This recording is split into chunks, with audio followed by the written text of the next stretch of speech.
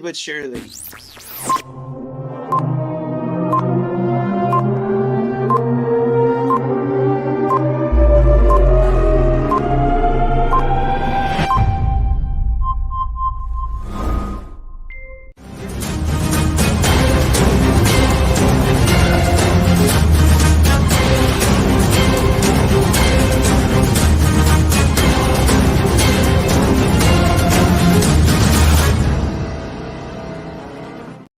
What's going on, everybody? You are watching the NFL Experts. I'm Wayne G, joined as always by Mark D. What's poppin'?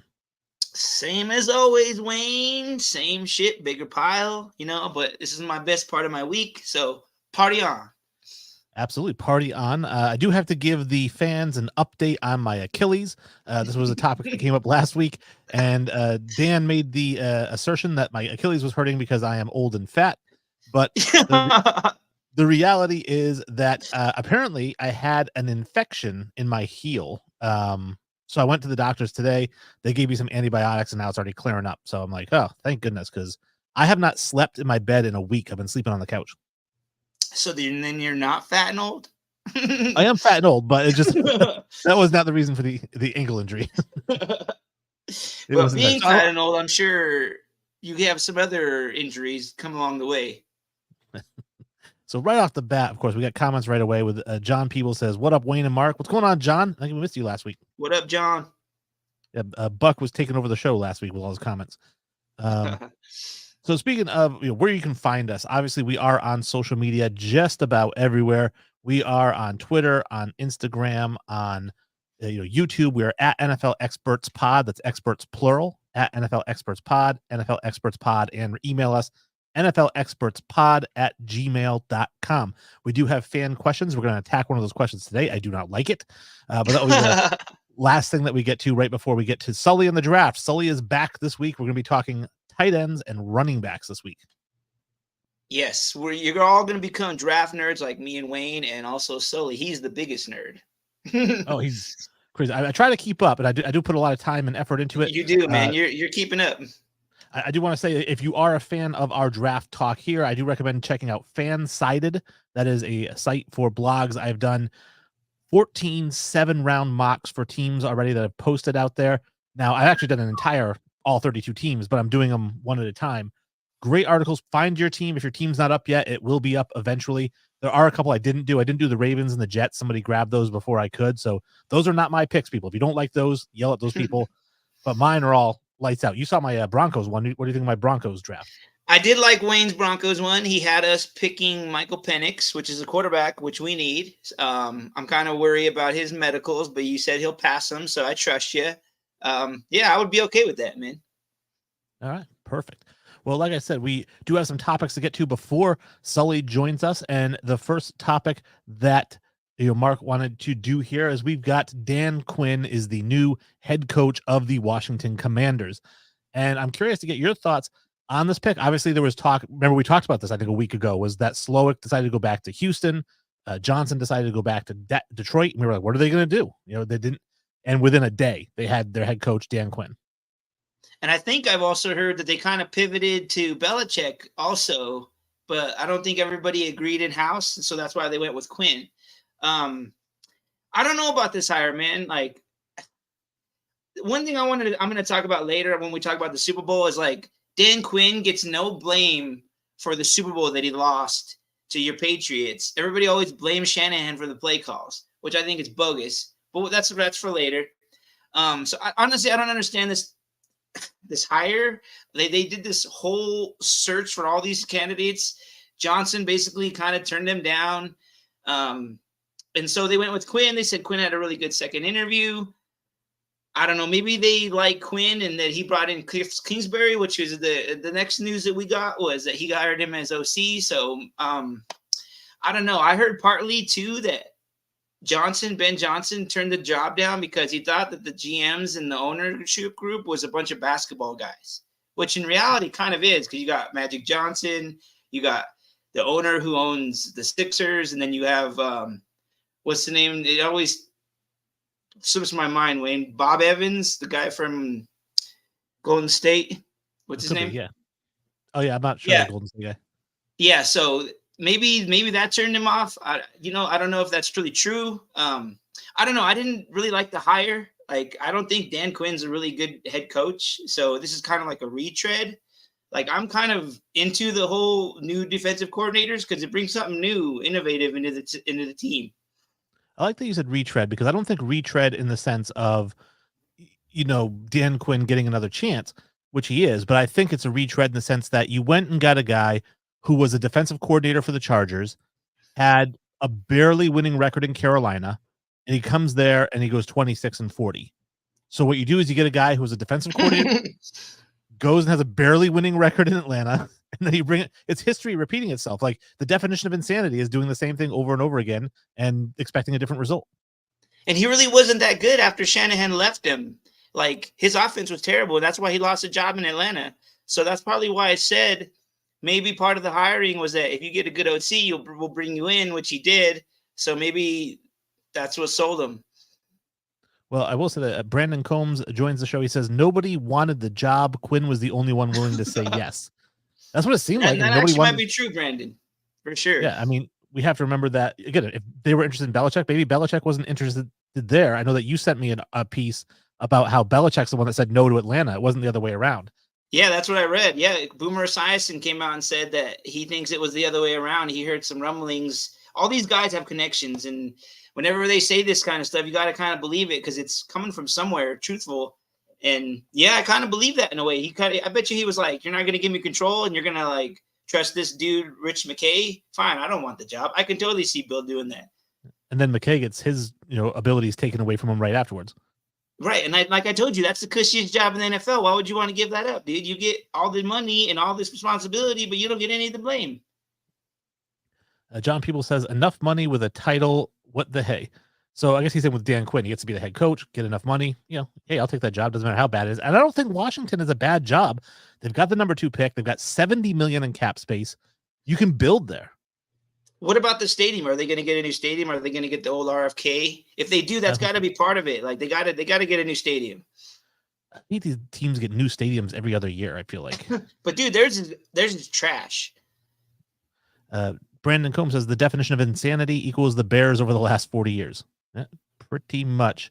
And I'm glad that Brandon's next. I was going to bring this up next. He says, does the Cliff Kingsbury hire signify their belief that they will get the number 1 from the Bears and go with Williams?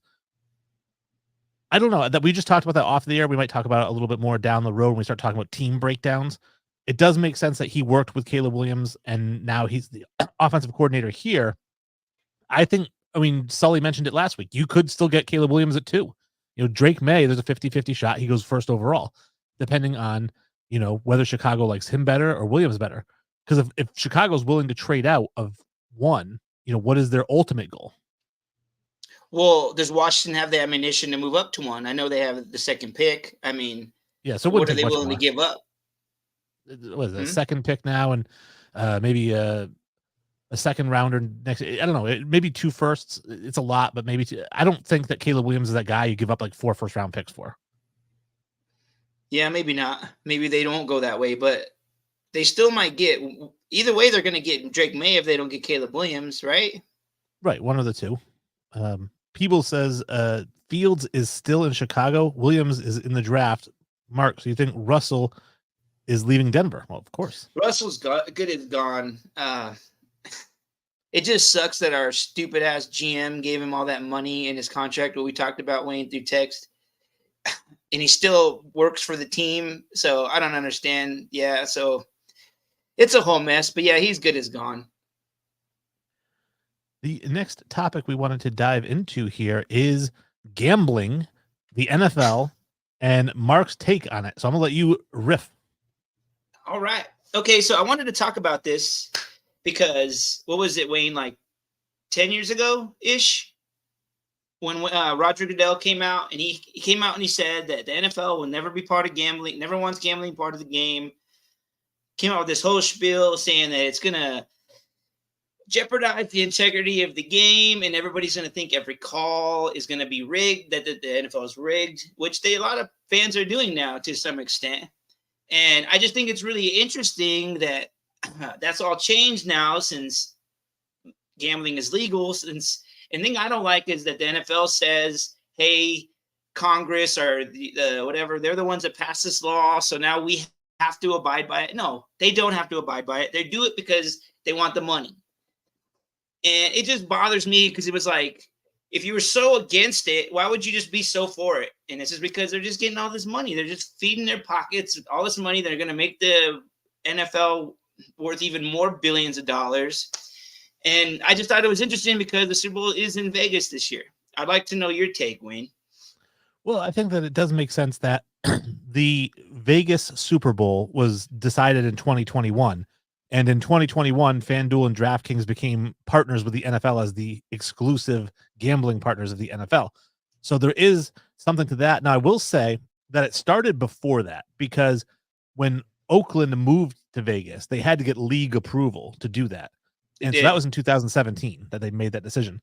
So I think when that happened, I'm sure that the NFL and the owners, especially Goodell, sat down with a lot of these casinos and everybody, and they worked out a contract, which we know has a lot of stuff about they have to have transparency in the sense that if players are making bets, the casino has to let the NFL know, like, hey, you know, Marcellus Wiley came in, not that he's a player anymore.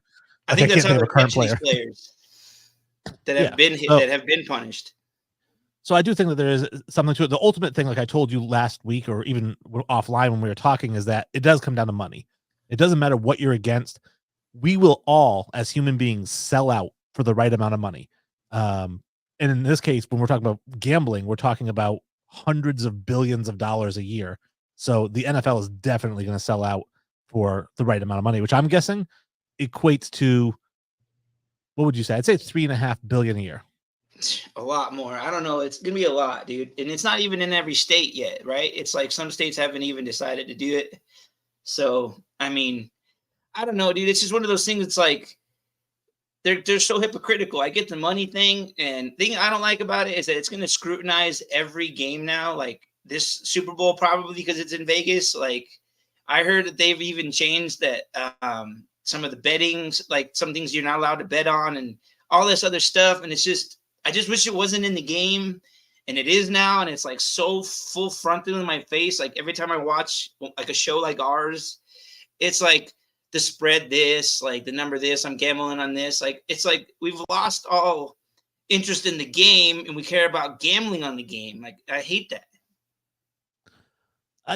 To some point, I think it makes it a little more interesting, especially when you come to talk about fantasy football, because fantasy football in a way is gambling. You know, everybody puts in $100. Right. At the end, it's still gambling. The NFL's not seeing any of that money, but really what it is the FanDuel and the DraftKings, where it's like pick your weekly lineup.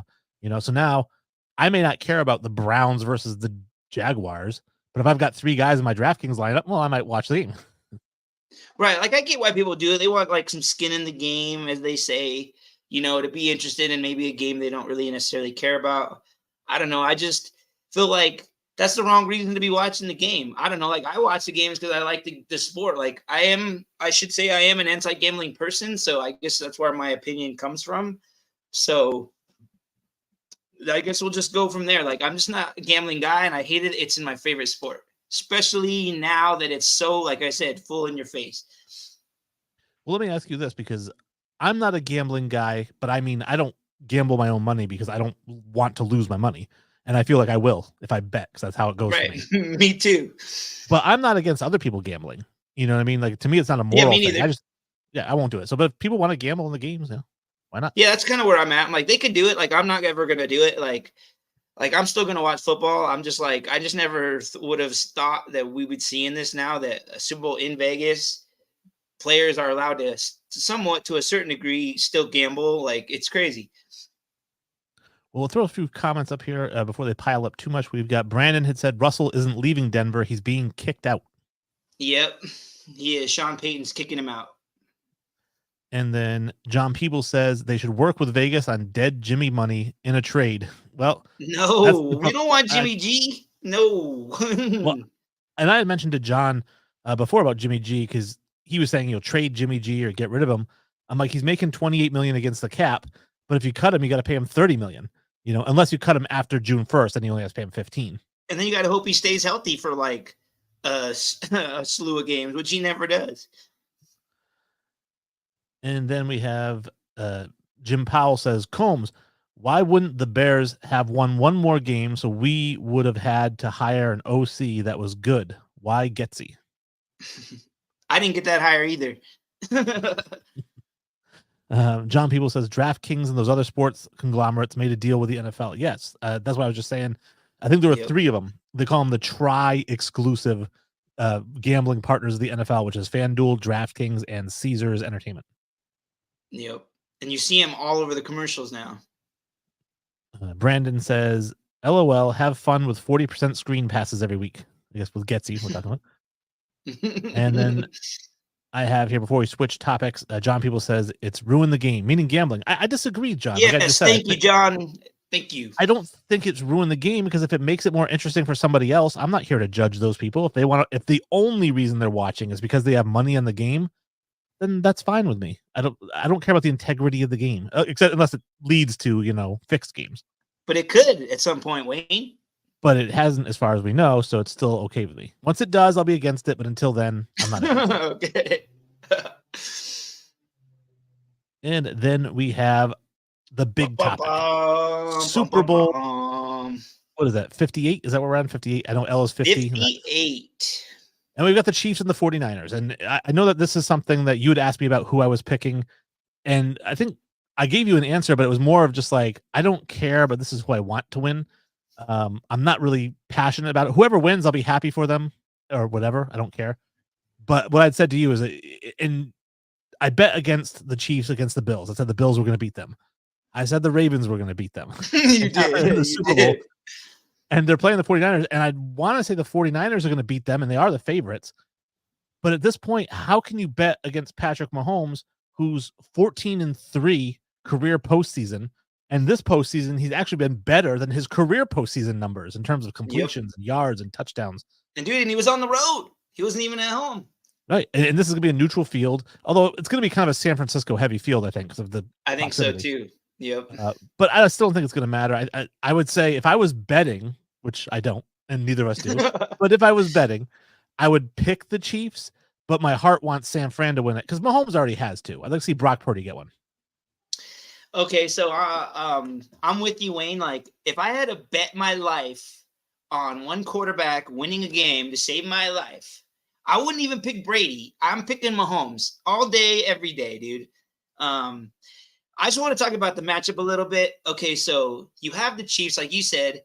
Mahomes is playing out of his mind. He's having his best playoff stats that he's had as a starter. He did it on the road against Buffalo, against Baltimore, and now he's going to have to play the Niners, who he's already played, but he's going to play a whole new Niner team this time because this is a Niner team with McCaffrey and a healthy Debo and all the other weapons that they have. But like you said, you can't bet against Mahomes. I won't bet against Mahomes. So I'm with you. I'm picking the Chiefs, even though I really don't want to see them win. I'm going to be rooting for the Niners throughout the whole game. But I just feel like no matter what, Mahomes is going to find a way, and he's going to win. And he's going to win his third Super Bowl.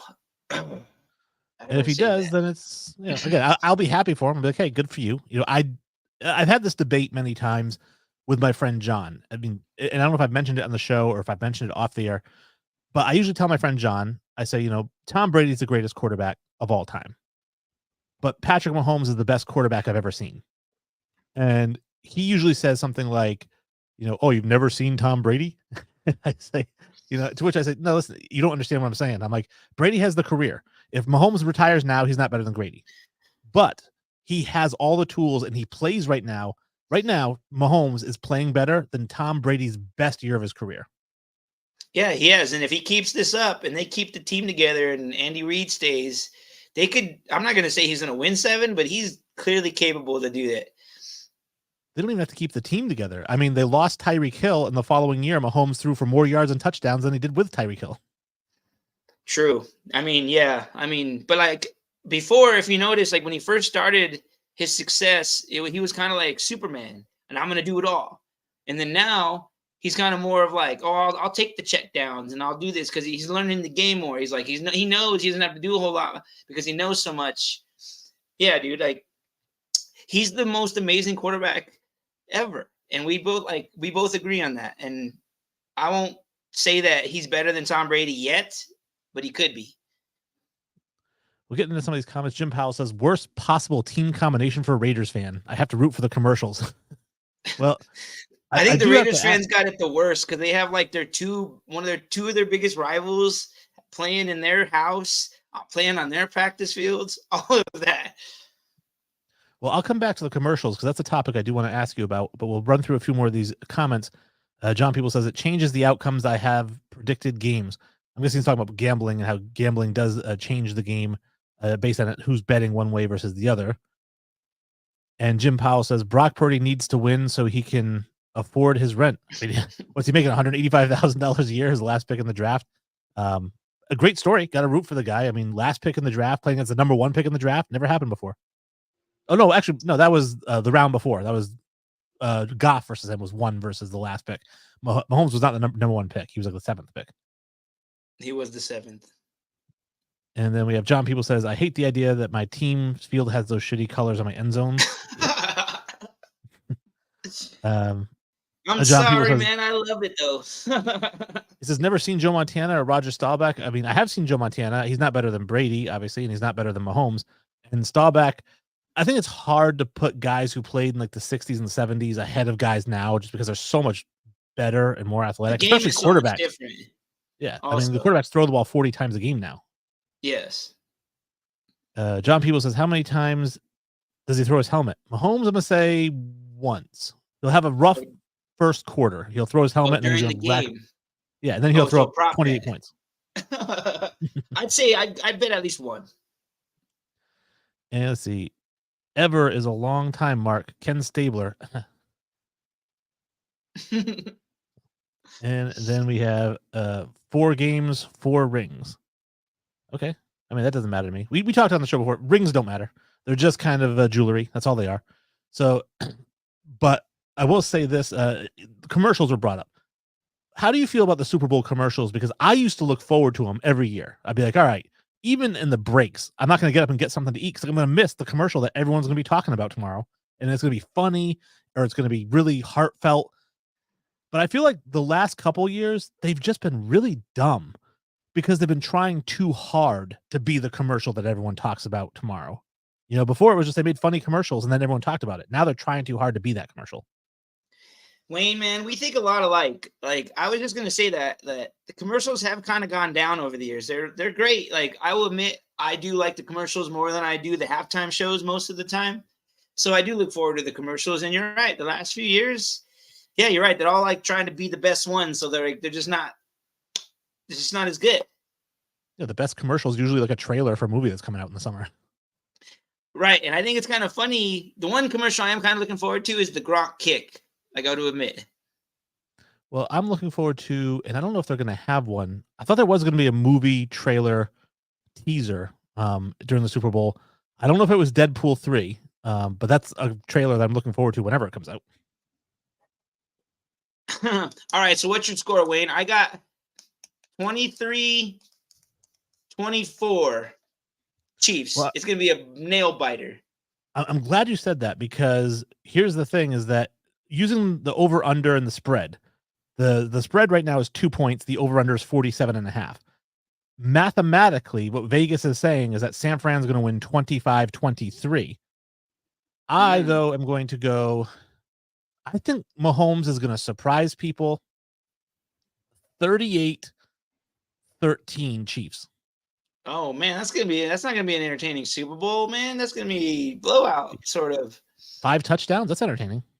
No. I was very entertained by the 52-16 Dallas Buffalo Super Bowl. Come on, Wayno. Come on, dude. And let's see. So last few comments here before we jump into the draft talk. John People says they've stunk for the last 5 years. That means it's commercials, and they have been bad. And then Jim Powell says they are really calling the ads in for sure. Yeah, they're horrible. They ask their kids, these old men, what their kids would think was funny. Brandon says Super Bowl commercials are watered down because they have to lean left so they don't offend anyone. Hey, Bill Burr. I kind of agree with that, Brandon. All the time. Got to be too PC these days. I get it. Hey, but we have a fan question. Wayne, let's get to the fan question, then draft stuff, please. All right, a couple more comments. John People says 41-38. Wow, wouldn't that be something? Damn, that's going to be a scoring game. I'd be okay with that. Hell yeah. A couple of the best defenses in the league. And then Brandon throws in 31-30. San Fran, Moody field goal at the buzzer. That'd be a good accomplishment for him. He's got faith in Moody making that field goal? I don't know about that one. He's a good kicker in college. All right, so fan question that was asked was from Mark's friend.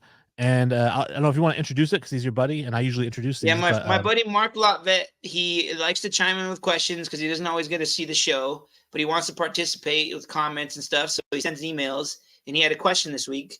I don't know exactly how he worded the question, Wayne.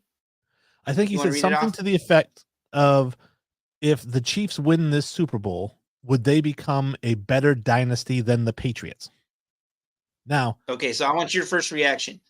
My first reaction is, I just said rings don't matter. They're just jewelry, but banners matter. And it's still 6 banners to 4. So even if the Chiefs win, I'd say 4, it would be 3.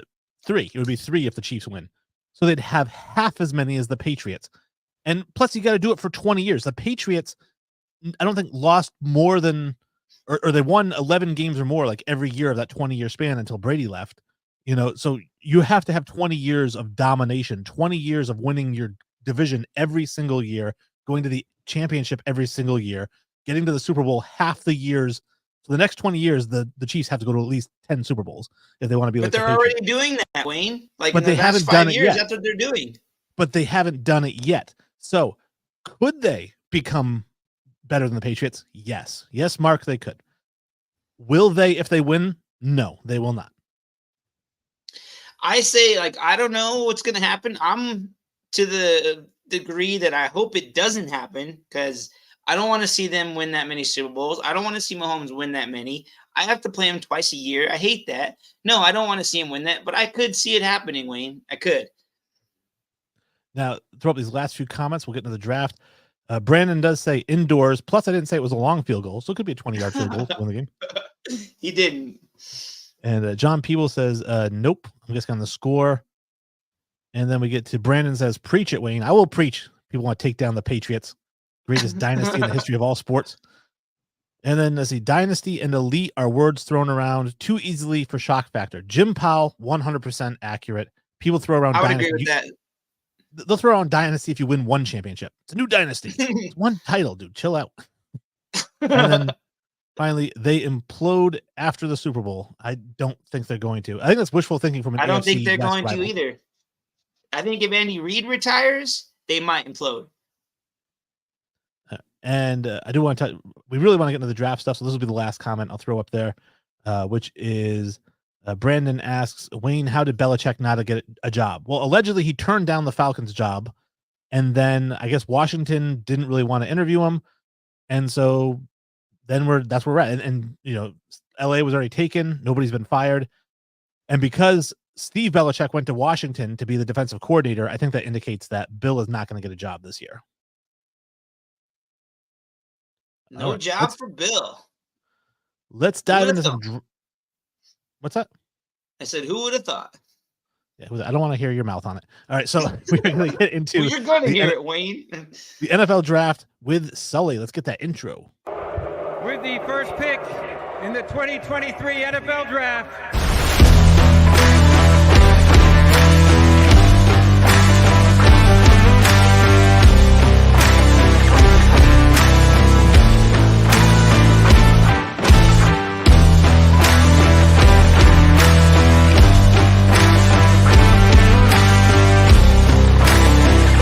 With the 5th pick, with the 9th pick, with the 23rd pick.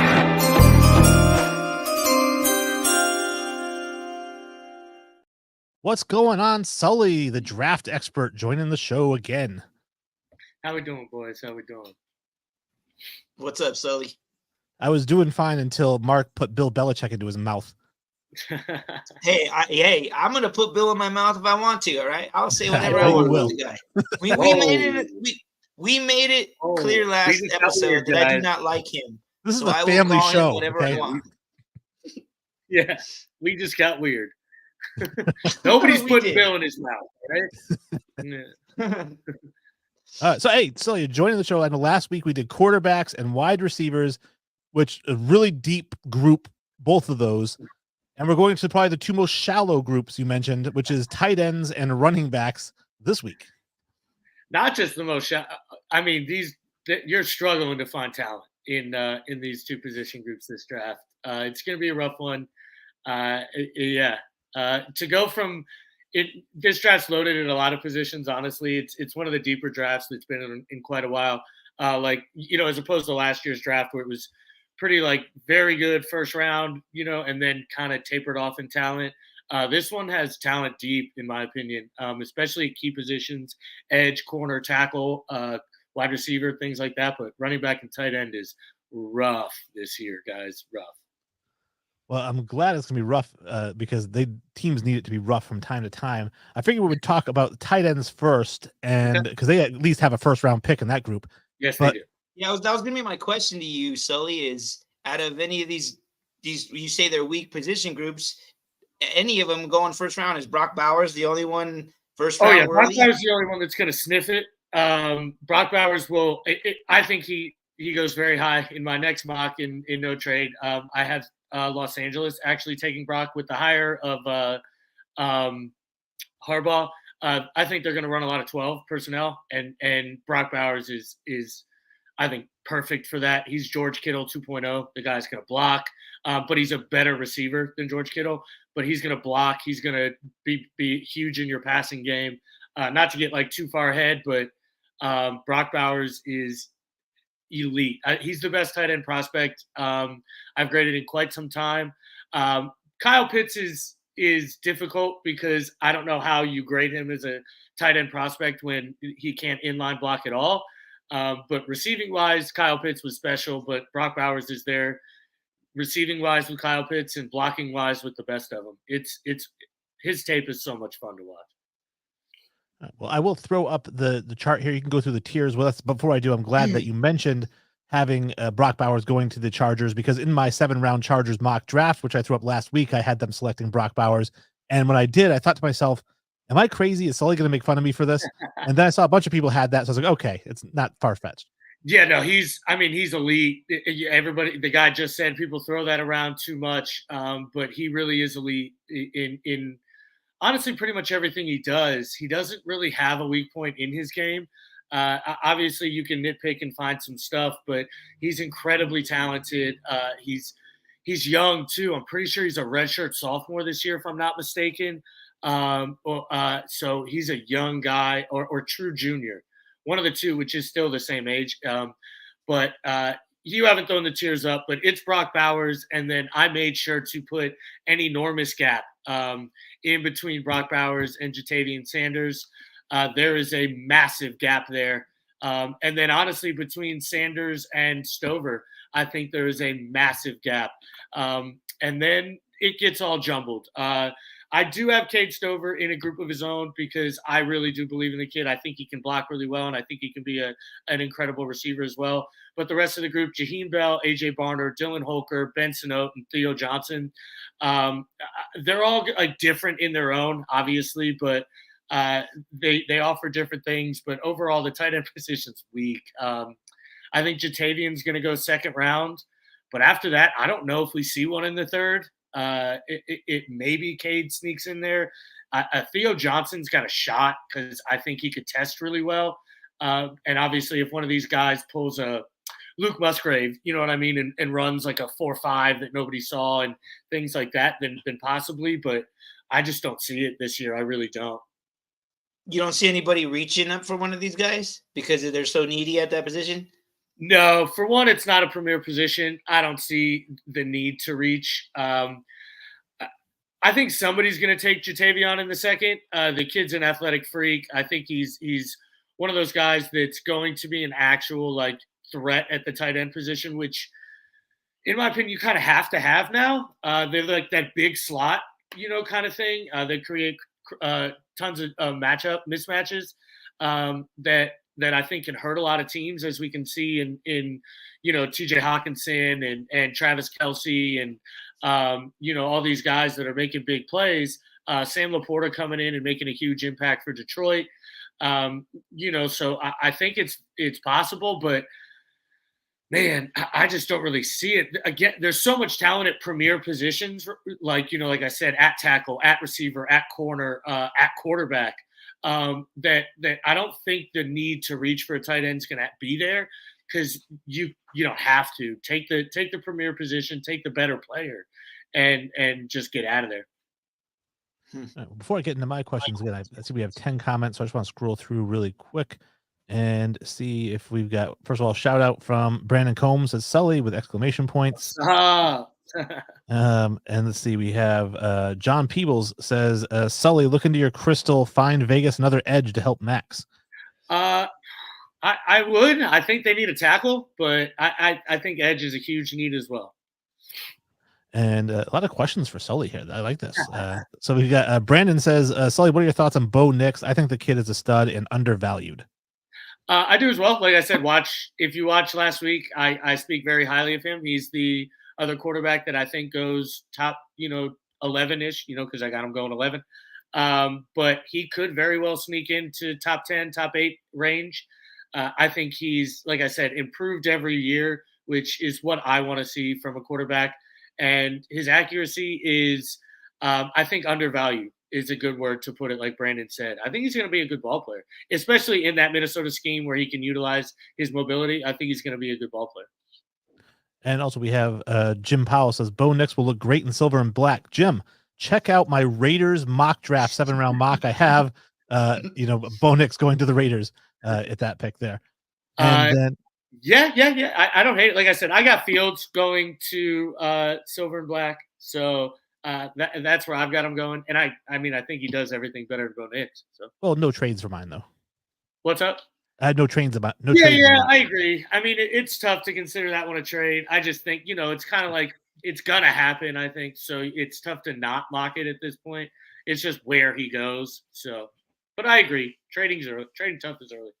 Is that the word around all the draft people? Is that Fields is gone? Yeah. Everybody that, in the circles, like I said, most everybody has Caleb Williams as an elite prospect, and like a special prospect. And again, if you got to go into it as where's Caleb in regards to Justin Fields as a prospect, and they would be miles apart. And so that plays into it. The reset of the clock plays into it. I think a lot goes into it. But yeah, I think most people expect them to move on from Fields and go ahead and take Caleb. So I'll get into my question, which was about tight ends. And it's kind of I guess, an observation more than a question, but I'll get your thoughts on it, which is the last few tight ends who've gone in the first round. We saw Dalton Kincaid, went 25. We saw Kyle Pitts went 4 overall. And both of them seem to be more of like I feel like the lineup in the slot tight end type of guy, not really great blockers. And I thought, whatever happened to the Gronkowskis and the Kittles, who are really good blockers? And now you've got Bowers, who's a potential top 10 draft pick. Was it just kind of that's what happened for a couple of years and it's just coincidence? Or do you think the league was starting to trend towards wide receiver tight ends and they thought, well, now we need to get guys who can block? I think it really just depends.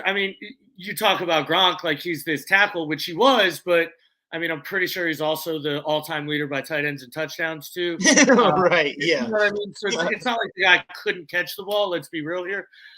So if you get a guy that can do both, that's great. You talk about George Kittle. Pretty sure he's had 3,000-yard receiving seasons. You know what I mean? So it's the days of a God. Who's the guy who used to play for the Giants way back in the day? What?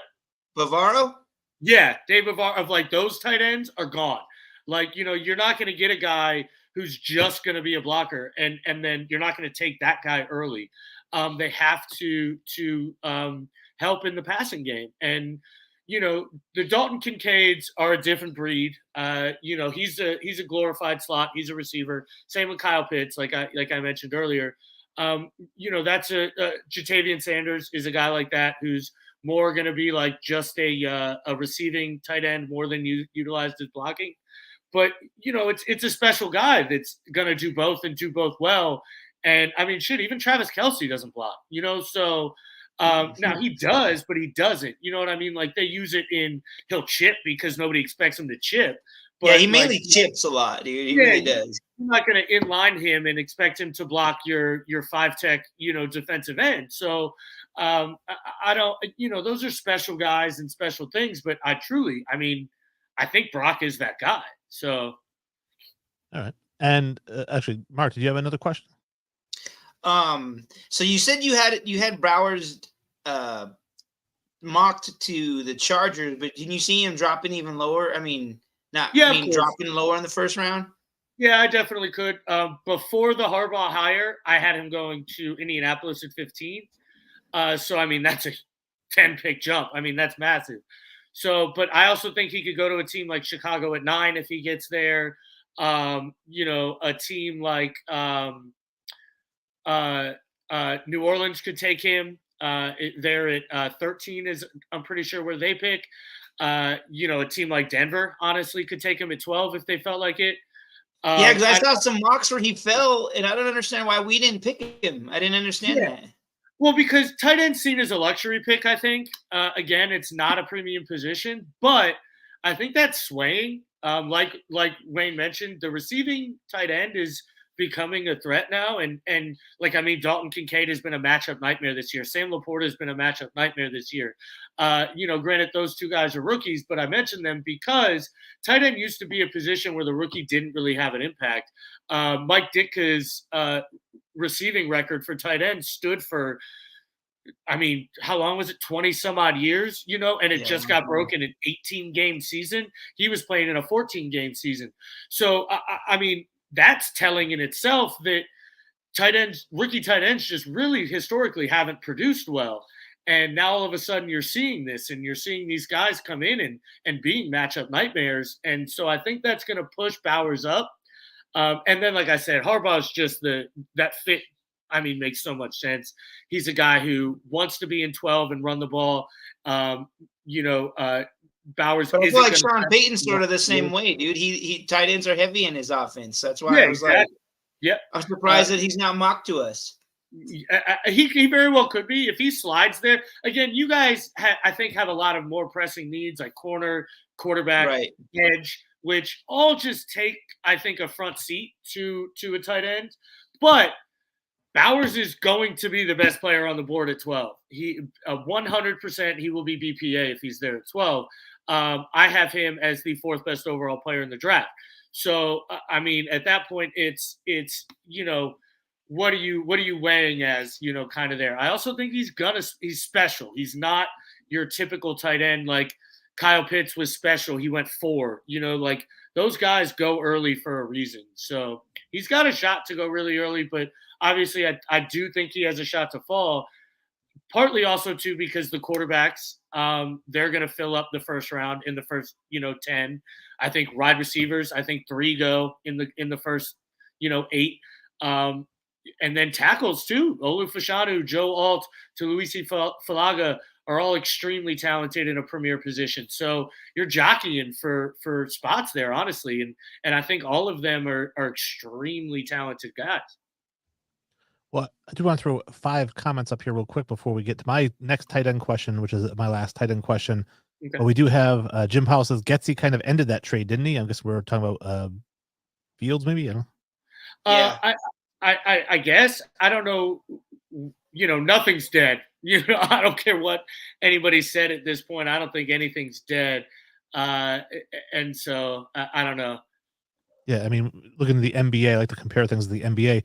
Rick Pitino said there was no way in the world he would ever draft Ron Mercer, and then he drafted Ron Mercer with the 6th pick. It comes to draft time. There's a lot of smoke. People are going to say anything they want to. What they do is far more important. We do have John People says, "Bite your tongue, Sully. We want Cousins." So he wants Kirk Cousins, not Bo Nix. Who? Minnesota? Yeah. No, Raiders. Oh, Raiders.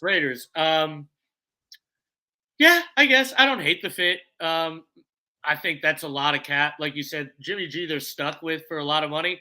That's why I like the Fields idea because he's still on that rookie contract. So it's not going to be you're not paying 2 quarterbacks $20+ million because Kirk Cousins is still going to get 35, 40 million a year. They're saying he wants 95 for 2 years. Yeah, he's not going to get that. Good luck. I love you, Kirk. I love you, dude. I really do love Kirk Cousins. I don't think he gets that, unfortunately. I told Wayne and them earlier, spoiler, I think he goes to Pittsburgh. I think it's a really good spot for him. I think the new offensive coordinator is a really good fit for what they want to do, and Kirk Cousins there, and they bring in some competition for Kenny Pickett, and I like it a lot, honestly. And then the last two I have here in the comments, we have John Peebles says offensive coordinators make them in the NFL, diamonds in the rough. I'm guessing it means tight ends. You know, if you get the right coordinator, you can be a decent tight end. I think that's, chicken, egg, chicken. I think a lot. I mean, you could say that about a quarterback, I think, too. So, well, and it is interesting. I always say the egg came first. Oh, yeah. I mean, which is okay. I guess that Jim Powell, this next comment's insane. Yeah, that almost didn't even want to post it just for a second. Yeah. We had McCarty will go to LA after the Herbert to Pittsburgh trade. It's McCarthy, but no, I don't think that's gonna happen. Boy, I don't. Jim Harbaugh loves JJ, but he ain't doing that, dude. Come on. There's no way. I mean, you've got an all-pro quarterback in Justin Herbert who does everything better than JJ McCarthy. Everything. Absolutely. Did you not see the press conference with Harbaugh and how he's like on over freaking Herbert? There's no way. How couldn't you? The kid's just. I mean, I actually think that was the first year we did the podcast, Wayne, and I was not a Herbert fan at all. I'll admit it. He was one of the guys I missed. I'll say I missed. He's not a stud, but I didn't think he was going to be a good NFL quarterback. And he's proven me wrong in every way, shape, and form. He's incredible. And I just think that would be silly. All right. Well, let's transition to running backs. You said you had one more tight end question. Oh, yeah. I'm sorry. Yeah. So my question was more about a guy who you didn't have in your tiers, which is Jared Wiley from TCU, 6'7", 260 pounds. He had 47 catches this year for 520 yards, 8 touchdowns. But he wasn't in any of the tiers. I didn't know if you had a thought on Jared Wiley. You sure he came out? Oh yeah, he did. No, he did. Again, I don't like how he moves. I thought I could have sworn he came back, but he definitely did not. He's a senior, honestly, but I don't like the way he moves. Truth be told, he's pretty stiff. He also got fed targets in that TCU offense. He's a guy though that's going to block for you, I think. So, like if that's like kind of what you're looking for, I don't hate that there. But I don't know. I just don't love his mobility and in the league, like I said, and where that's trending. I just think the guys ahead of him are equally as talented in all the other facets, but a much better like mover. Like, the guy like Dalvin Hooker, 6'5", 235. He's a exact carbon copy of Dalton Kincaid, who just left Colorado State. Granted, he doesn't move or catch the ball as well, but he's the movement skills between those two. You watch them, and it's watching a guy who's 235 and then watching a guy who's 260. So that's personally why I don't have him there. But again, at that point in the draft, that's 5th, 6th, 7th round. That's your preference as a coach and team, not a lot like of actual like rankings. You know what I mean? All right. We did want to get into some running backs here. We do have the running back tiers, and there aren't going to be any first round running backs in this draft. But I did want to ask you this, because when we first started doing this, you had mentioned something to me that I think I argued with you about at first, but now I'm so on the same page as you that I actually preach it like it was my own idea, which is you said never take a running back in the first round. And I thought that was crazy.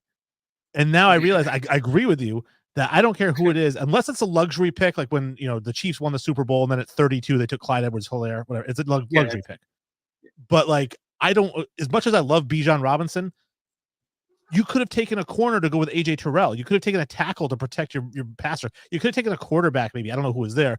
But there's so many other things that Atlanta needed besides running back, and it's such a disposable position that you just never take running back in round one. I completely agree. Go ahead, Mark. I was going to ask you, why is that? Like, why is the running back so undervalued now? Especially I don't like think you it's said, undervalued at all. I just think it's where you're at. So like, you can get guys that grow on trees in the 4th, 5th, and 6th round that will produce. I mean, Atlanta went out and drafted Bijan Robinson and gave the ball to Tyler Algiers, more time. You know what I mean? And you're going to find guys like Keaton Mitchell and all these guys who are going late in the draft, but produce just as highly. You're going to find Austin Ecklers who, come out of nowhere and are elite backs. And it's over and over and over and over again. It's not the random, maybe he gets good, kind of thing. It happens far more often than it doesn't.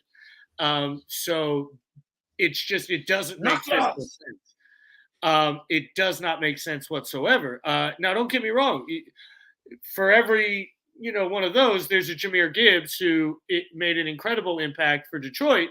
But again, one has to wonder, you get a corner in Detroit, you get a defensive end or an edge in Detroit, and just let David Montgomery carry the rock, fill in your receiving back somewhere else. Does it make more of a difference? Because they had nobody to rush the passer at a certain point, outside of Aiden Hutchinson. They had nobody to defend. They're getting, guys off their couch to play corner and stuff. But so do you think those were a reach then? You think Gibbs and Bijan were reaches?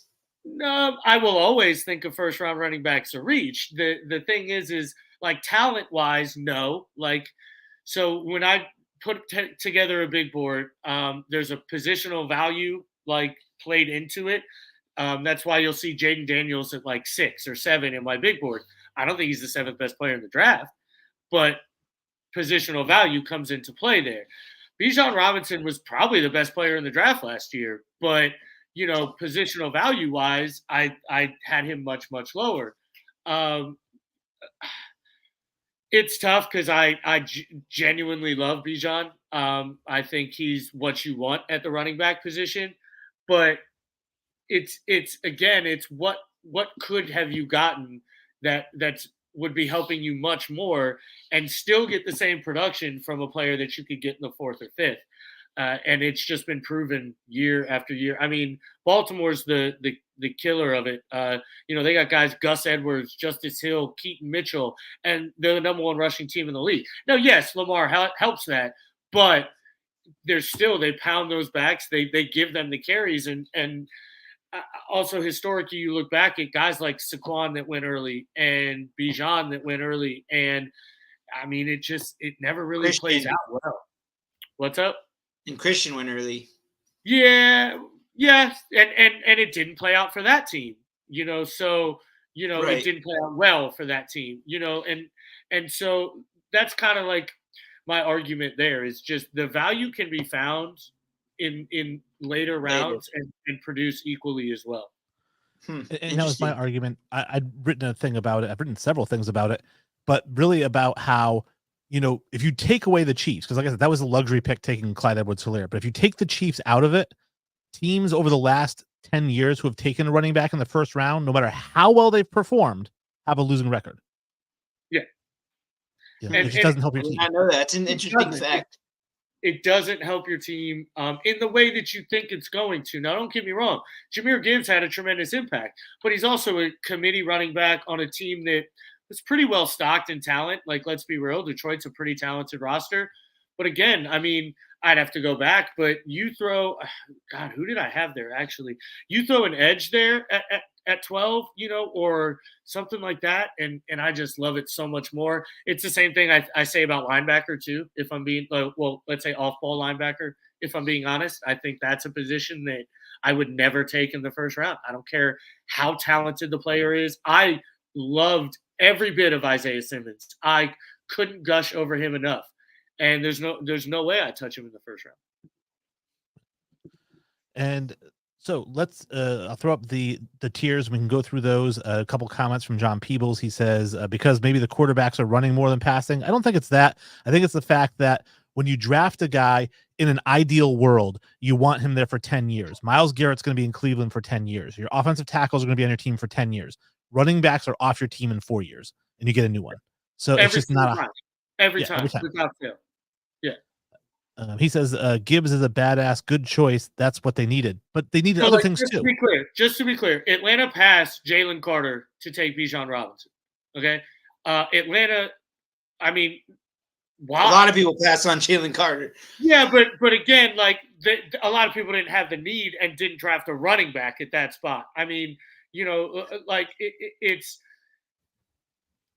one of those things that yes, you can look back and hindsight's 2020, obviously, but I mean, it just it bothers the heck out of me. Like, you take a guy like Christian Gonzalez goes 17. You're telling me Detroit takes him at 12, and that's not a different secondary right now? And again, I'm not hating on Jahmyr Gibbs as a player or anything like that. It's you can get that same production much, much later. So I'm gonna throw the board up here for you. Obviously, tier 1 is kind of a funny term because again, when we say tier 1, we're probably thinking late second round pick. if he's left. Yeah. So let's throw these tiers up here, and you kind of walk us through the tiers. So I got Jonathan Brooks as tier 1. I think he's the only guy that I like in this entire class, if I'm being honest. I don't really like a lot of players in this draft. I think he does a lot well. He runs extremely hard. He's not a burner, but he's got great vision, which obviously is, I think, huge, and I think the most important trait. Trey Benson and Bucky Irving in my second one. Trey Benson's a guy who just got underutilized in Florida State, and I have no idea why. And then beyond that, you took my tiers away, and I don't have them right in front of me. But Audie Estime, Will Shipley, Blake Corum, and then your guy that we'll talk about would be in that same tier. Blake Corum's probably going to be the one that most people want to talk about, which I understand. It's just he had what 60 some touchdowns, and you're not going to draft that guy? I mean, I don't see how I want to see what he tests. I think he's going to run low 4.5s, 4.6s. I really do. And I just don't see how that's a successful running back in the NFL. I got to be honest with you, Sully, watching him during the whole national championship and the whole thing, like the whole time I'm like, he's kind of small. Like, don't you think? 100% he's small. He's 5'8". Now he's stocky. He's probably going to weigh like 210, 215, but and he's physical. He's tough to bring down. He's extremely quick and elusive. But past 15 yards, I think he's going to be a problem. Like, he had it and then he got hurt, and that second injury, I think, really just took all the speed away from him. So. Well, I wanted to ask a question because we kind of alluded to it earlier in our rant about the first round running backs. There's no chance of first round running back in this draft, but I feel like that's a good thing because I do think there are going to be some productive running backs in this draft, but it protects GMs from taking them too early because they're not bright and shiny. Yeah, I agree. I think there's going to be talent. I mean, there's a lot of guys who are savvy runners in this draft, I think. A guy like Trey Benson, a guy like Bucky Irving, honestly.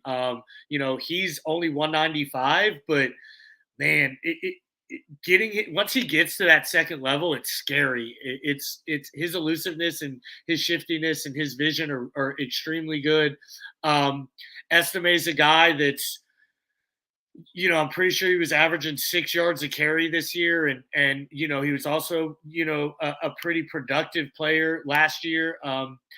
I think they're going to produce, but I don't think you have like a stud. You don't have a game changer this year. You're going to have a lot of like, let's say, like chain movers, but not necessarily like impact players. Okay. So since the running back tier is so like low, like you said, where do you see one of the first guys going? Second round, third round? Jonathan Brooks could go second, and I think that's going to depend on what he tests at. If he runs a 4.42, something like that, he could go second. I still don't see it though. I just don't see the need for a lot of teams that late to take one. The need is there for certain teams. But like that late second round, I don't see it as a huge need for a lot of them. Like Kansas City, no. San Francisco, no. Buffalo, no. Green Bay could, but they historically don't draft non-premier positions early in the draft. They're a team that's pretty predictable. They're going to take a corner, a tackle, or an edge player.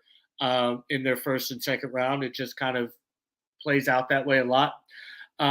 So I don't see it there. So I just think the need plus value is not going to line up until the third round. I think I had Will Shipley to the Packers in 4th or 5th round.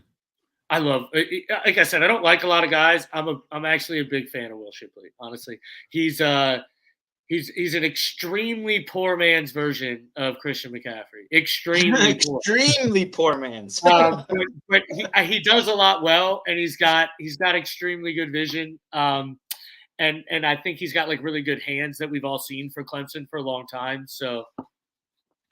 John Peebles asks, he says, pros are a different level of running backs. I don't think pros are a different level of running backs, but I think they're used differently than they are in college.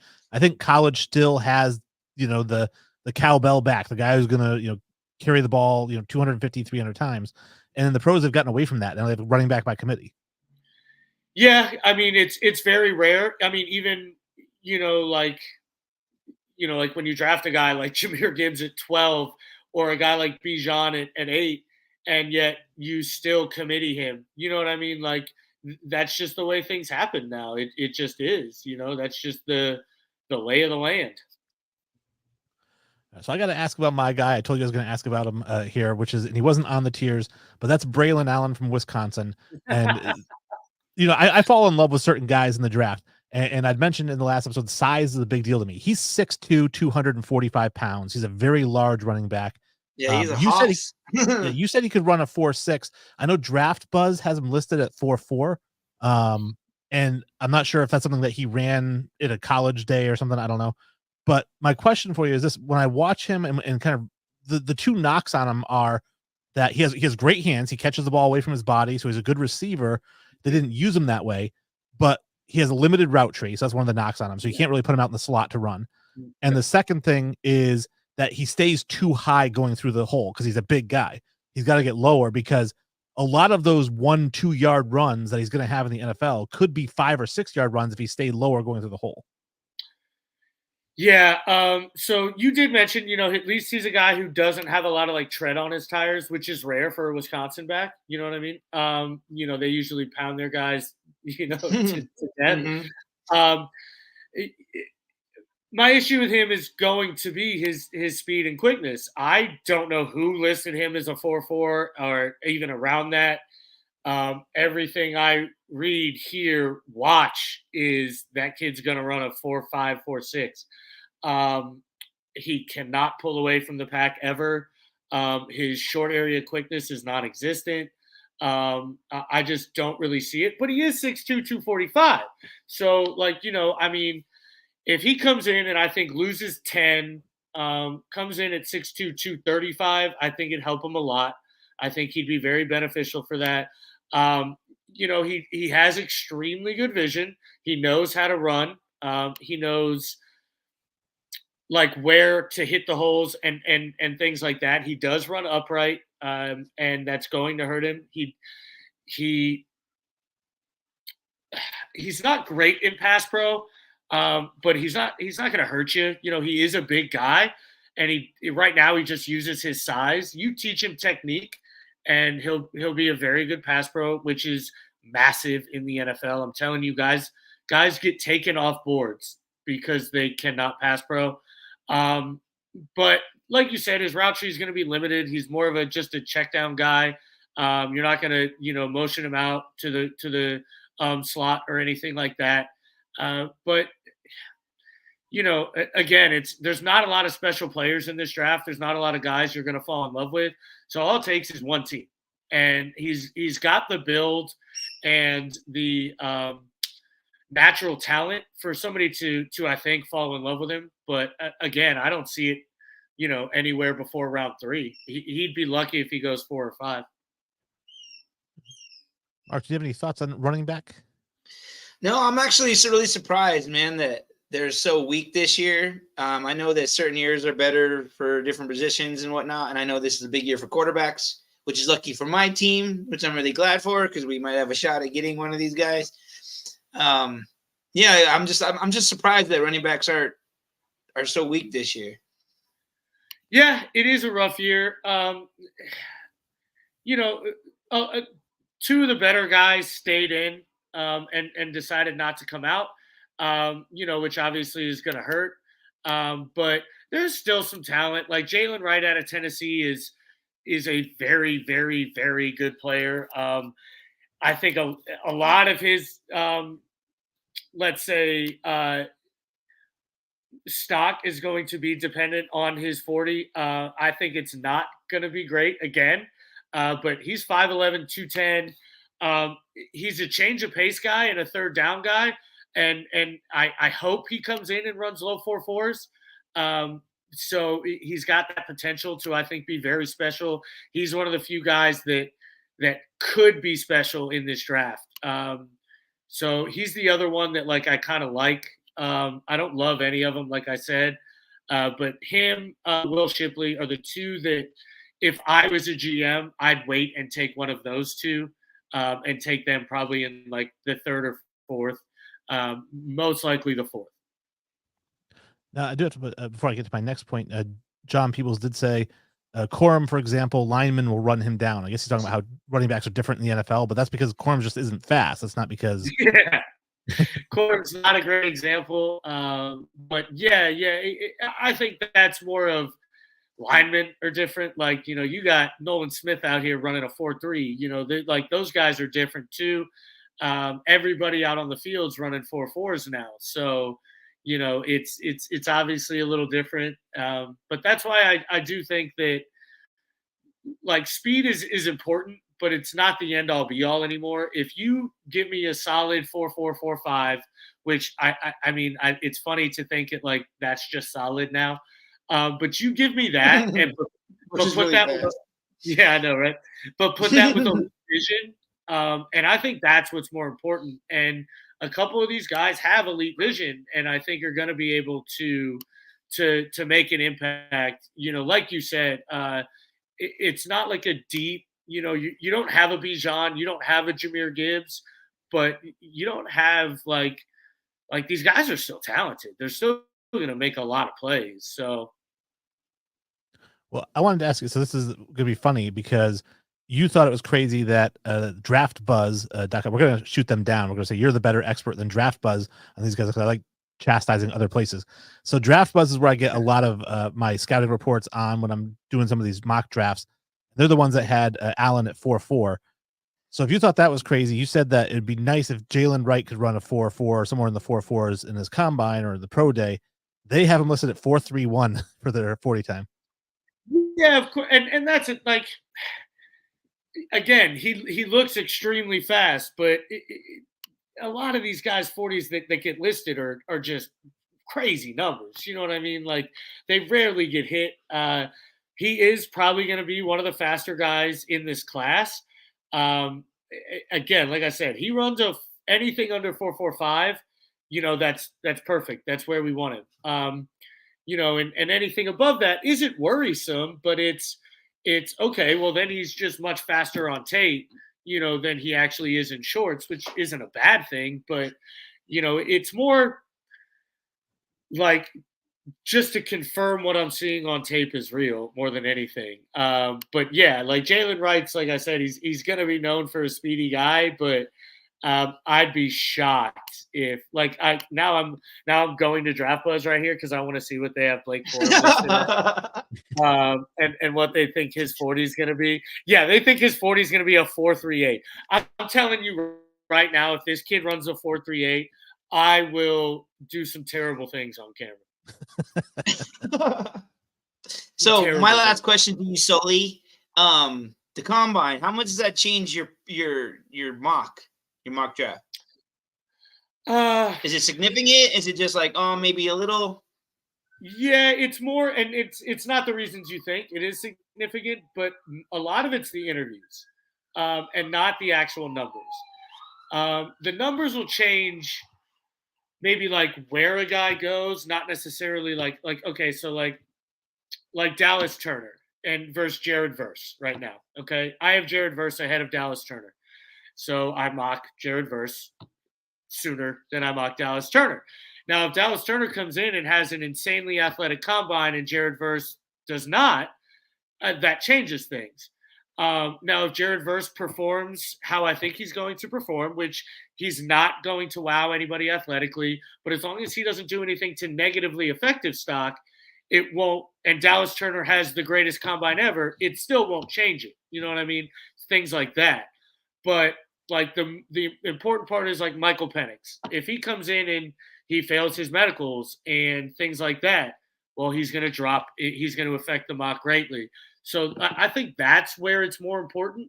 That's where you're actually getting the medical information on them. You're going to hear how they did in interviews, how they are as people, how teams view them like personally and not just on the field, which is equally as important nowadays because the PR is such a circus. You can't take a guy in the first round who's going to turn out to be Henry Ruggs. You obviously that's an unfortunate situation, and I'm not making light of it. I'm genuinely saying like you have to vet those guys. Yeah, like you have to vet those guys and make sure things like that aren't going to happen.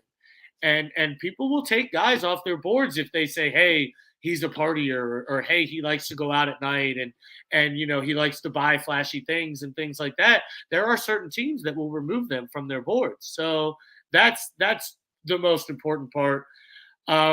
Yeah, obviously, if I'm trying to think of a situation where, like right now, the corner group is very jumbled. There's no, like, I think Cooper DeJean's the number one player, but Terrion Arnold, Nate Wiggins, and Quinyon Mitchell all have a claim to that as well. If one of them comes in and runs a 4.2 and excels in drills and things like that, he's going to push himself up to the number one corner. But outside of that, not a lot changes. I do want the last comment I put from the fans here, John Peebles, who's been with us all show. I appreciate you, John. He says Walmart stopwatch. He said with some of these 40 times. I'm not gonna lie. That's the 4.8 with Blake Corum just makes me throw everything out the window at that point. Or the 4.38. Sorry, that kid's. I think he's more likely to run a 4.8. If I'm being honest, I mean he's obviously not. But you can watch tape. You can see the kid doesn't run a 4.38. Like no, definitely not. Definitely not. Like I mean, he's not running away from anybody. So no. I think that's a little wild. Maybe pre-injury, like the last time Michigan released, pre-injury was a 4.38. But even still, we know these colleges are cooking these kids' times. Like Xavier Leggett was 6'3", 220. Everybody knew it. Kid showed up to the Senior Bowl and was 6'1", like a barely 6'1", and that completely changes, how you think of a player. If he's 6'3", 230, that's a lot different than a guy who's 6'1", 220. So, you see colleges cook these kids, so or these kids' numbers. So I don't believe a lot of that stuff. So. Well, I have to point out, since we're talking about stopwatches back in the day, and John's going to like this because he's a Raiders fan. My all-time favorite player is Bo Jackson of all time. And obviously his 40 is the thing of legend at the combine because they were using stopwatches back then. Yeah. And I think that the funniest thing to me is they talk about running a 4.26 or something like that. Oh, I think it was. But like the 4.2, because there's so many different people at different stopwatches. Yeah, I know. Everybody has a different number. Yeah. And I think the slowest, the slowest he was recorded was like a 4.24. Yeah. And the fastest he was recorded was a 4.12. And he's 6'1", 220 pounds of just pure muscle. Yeah. Like, I don't know. 4.12 for a guy. The crazy thing is I honestly, it's tough for me to believe that because I've seen like a lot of fast guys and they don't run those numbers. You know what I mean? Like that's a special number. Anything under 4.3 is just, wow, fast. You know what I mean? So was that faster than Dion? Yes. Yeah, that's technically the fastest recorded time ever. But it's not recorded. You know what I mean? But even still, right. You watch Bo and he looks like he's running a 4.1. So that's where it's tough to argue that. Because he looks fast. Again, 4.1 is wild. That's like, fastest man alive kind of stuff, but he looks like he's running that fast. He really does. Well, as I say, when he was in college, Division I track star, he ran the 100 at 10.1, which is like Olympic like speed. Yeah. Yeah. And I mean, and then you watch him in D1 and things like that, running away from guys, like running away from them, and that's telling. Like, so And making he Daryl was, Green look like Warren Sapp out there. yeah. It was fun to watch him. I will tell you that. He when we first started and you had the crush on Bo and obviously I he's your favorite athlete. I would watch some stuff of his and make sure I was up to date, and his stuff's a lot of fun to watch, to go back and watch. Do you think him going to football ruined his career, Wayne? No, well, so here's the thing, and Sully as a Bucks fan will say he was the number 1 overall pick by the Bucks in '85.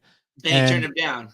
Yeah. Well, and it wasn't because they were a bad team, because he Nope. wasn't that guy. It was because allegedly they flew him down to Tampa on their private plane for a workout, and they told him that the NCAA cleared it with them and that it was okay. And then the Yeah, they NCAA lied to him. suspended it. They Yeah, kicked him off the baseball team, and he wasn't able to play baseball that season. he was devastated. So he said, Yeah, "I will not play for the Bucks." Yeah. Which, hey, in Tampa Bay fashion, you gotta love it, man. I mean, gotta love it. All right. Wait, well, great show from everybody. I love everyone who chimed in with the questions. We had a variety. It wasn't just Buck spamming us. It was actually a bunch of different questions. I don't think Buck came in with one today, man. What the hell? He did not. I don't know. I don't know what he's doing. I'm even wearing the man hour shirt. Check on him, make sure he's okay. All right. Thank you for everyone for chiming in, for sure. Yeah, for sure. Absolutely. And Sully, appreciate you. I can't remember what positions we're doing next week. But it sounds like there were a lot of questions that I didn't throw up here on the board that people are really interested to see what their team's going to do. And I'm like, hey, patience, everybody. Yeah. Right now we're breaking down the position groups. Then we'll start going team by team. Truthfully, we should just stay offense. Let's just do tackle and then interior offensive line next week. Okay. Yeah, I'm cool with that. Yeah. Big guys. And honestly, I'm excited for this group. Both of them. Is it a deep group? Extremely deep tackle group, extremely deep interior offensive line group. I just did a 7-round mock draft for, I want to say it was it wasn't it might have been the Broncos. It was the Broncos or the Falcons, one of those. And I think I had Blake Fisher going like the 5th round, which is like, I think that's a really good get. Yeah, for sure. I mean, there's a ton of guys, and then the Senior Bowl was fantastic for a lot of guys. Christian Hayes out of UConn, it looked incredible. The kid made himself so much money. He's going to be an early 2nd-round pick now, in my opinion. Kind of like Derek Pooney out of Kansas. They played him. He's a tackle at Kansas. They played him at guard and center, and he looked fantastic. That kind of versatility is going to make him a ton of money. I'm so excited for this entire group, man. Honestly, I am. All right. Fantastic. Next week, tackles, interior offensive linemen. Mark, you have your research to do, so you can. Yes, I'm going to research tree trunks. That's what I'm going to research. And I'll get to you ears much sooner. Those I'm actually done with and everything. So especially you guys caught me Senior Bowl, like mid-Senior Bowl adjusting stuff. But like now I'm done with that until combine and pro day results. So right now the board's pretty locked. So it's easy to churn them out right now. All right, nice. From everybody here at the football experts, NFL experts, I should say, me, Sully, Mark, we all say thank you so much. Take care, guys. Party on.